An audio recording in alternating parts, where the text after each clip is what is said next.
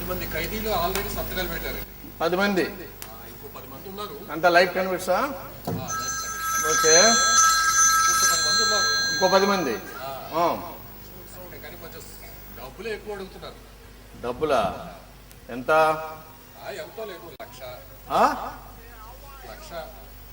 1,00,000 రూపాయల? 1,00,000 రూపాయలు ఇస్తా గానీ ఓ పని చేయి, సెంట్రల్ జైలు నుంచి తప్పించి వెళ్తున్నట్టుగా రికార్డు రాసే, మొత్తం బాడీ మొత్తం అమ్ముకుంటా 1,00,000 రూపాయలు. ఏం మాట్లాడుతున్నావు నువ్వు? ఏం మాట్లాడుతున్నావు? ఆడేమన్నా తీసుకొచ్చి నాకు అప్పు చెప్తాను, వెళ్ళిపోతాను, నీ డబ్బులు నీకు ఇచ్చేస్తా. తర్వాత పేషెంట్ వరకు చేరొద్దు. ఎన్ని టెన్షన్స్ అక్కడ. మాకు ఎంతమందికి డబ్బులు చేయాలి, ఎంతమంది లాయర్కి, డాక్టర్లకి ఎంతమందికి చెప్పట్టాలి డబ్బులు? నేను చేసేది ఇంటర్నేషనల్ వ్యాపారం. ఏ ఎయిర్పోర్ట్ అని ఎవడన్నా పట్టుకున్నాడు అనుకో, అందరూ ఇరుక్కుంటా. ఏ సిబిఐకో ఫైల్ అప్పు చెప్తే. సిబిఐ ఎందుకు పట్టుకుంటారన్నా? వాళ్ళకంత తీరిక ఎక్కడ ఉంది? అపోజిషన్ లేదు మీద చార్జ్ షీట్ మీద చార్జ్ షీట్ మీద చార్జ్ షీట్ పెట్టుకోవడానికి వాళ్ళకి టైం సరిపోవడం లేదు. మన సంగతి ఏం పట్టించుకుంటారు? అది కరెక్టే. సిబిఐ లాంటి సంస్థలు నిజాయితీగా ఉంటే మనలాంటి క్రిమినల్స్ ఇంత విచ్చలవిడిగా క్రైమ్ చేయరు కదా. ఓ పని చేయి, మనం ఏదైతే బడ్జెట్ అనుకున్నామో ఆ బడ్జెట్కి ఎంతమంది ఖైదీలు వస్తారో, అది లైఫ్ కన్విన్స్ కావచ్చు, ఏదైనా ప్రతి 3 నెలలు జైలుకి వచ్చినా నాకేమి ఇబ్బంది లేదు. ఎవడైనా నాకు అబ్జెక్షన్ లేదు, ఎవడైనా లాగేస్తా.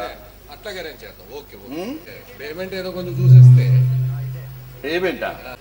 రేపు అర్ధరాత్రి సెంట్రల్ జైల్లో హాస్పిటల్లో మనం కలుసుకుంటున్నాం. రేపు మనకు వేరే షెడ్యూల్ ఏమైనా ఉందా? సెంట్రల్ జైలు ఓకేనా? అది ఓకే అన్న. మరి నాకేంటి, దీనికి ఏం తక్కువ లేదు. కిడ్నీలన్నీ వచ్చిన తర్వాత అప్పుడు ఇస్తాను ఈ డబ్బులు. వీడికి మాత్రం ముందు అడిగేస్తాడు డబ్బులన్నీ.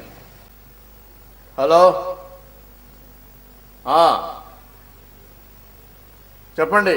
లేవండి, చాలా టైట్ ఉన్నాయి పార్ట్స్ అని. నేను చాలా డిమాండ్ ఉందమ్మా, కష్టం ఇవ్వటం.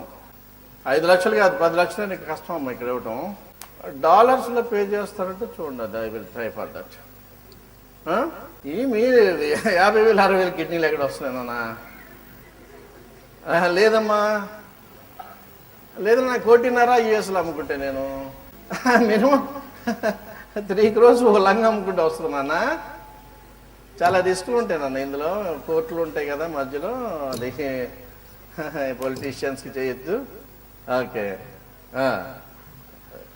అట్లాగే రెడీ.